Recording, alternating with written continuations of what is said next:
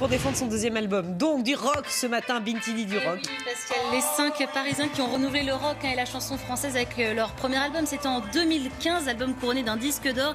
Et bien ils reviennent très fort avec ce deuxième album, L'Oiseleur, nouvel opus de 13 titres. Ils sont en ce moment en tournée, ils affichent complet pour le 3e soir consécutif ce soir au Bataclan.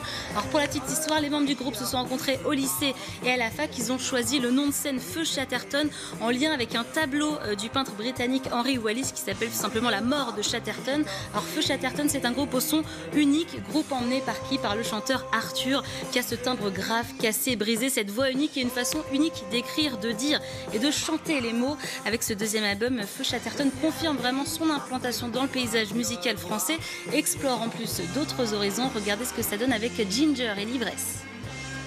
Oh, Ginger,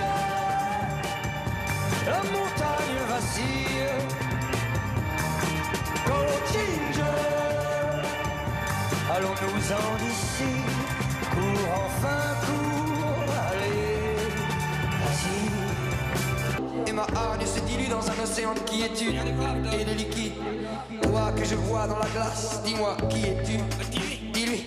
Ça y est, voilà, ça y est, voilà, ça y est, voilà, je suis prête. Ça y est, voilà, ça y est, voilà, ça y est, voilà, je suis prête.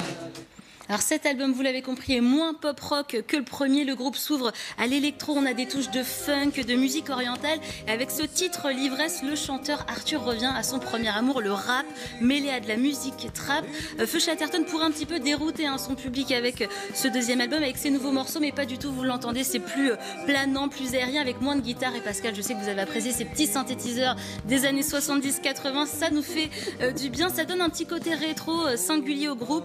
Les 5 garçons s'inspirent vraiment de leurs influences respectives pour créer. C'est toujours Arthur le chanteur qui écrit. J'ai rencontré une partie du groupe hier avec David Verrag et Arthur revient sur les coulisses de la vie en tournée. Écoutez.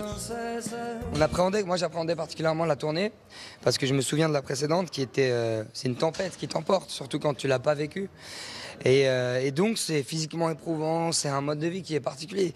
À 2h du matin, on part de chaque ville, de notre bus, on arrive dans une nouvelle, on recommence le concert, 2 heures sur scène. Il y a un truc d'une adrénaline folle, c'est une joie immense, mais t'es dans un monde parallèle. Si tu n'es pas attentif, tu peux devenir bête, vraiment. Ce qui est hyper chouette, c'est que depuis le début de cette nouvelle tournée, tous, on est encore plus attentif à l'autre, bienveillant. Quand l'un est stressé, on sait pourquoi il réagit comme ça, on va pas lui prendre la tête. Ça va passer, c'est pas ce que c'est. Et ça, cette attention mutuelle, franchement, c'est hyper cool. Depuis le début de la tournée, on est vraiment comme ça. Les Feu Chatterton qui vont passer par Antibes, Strasbourg, Bourges, Marseille. Et attention, date exceptionnelle à noter dans vos agendas, un 24 janvier au Zénith de Paris. L'album est dans les bacs, je vous le conseille vraiment. Cours, enfin.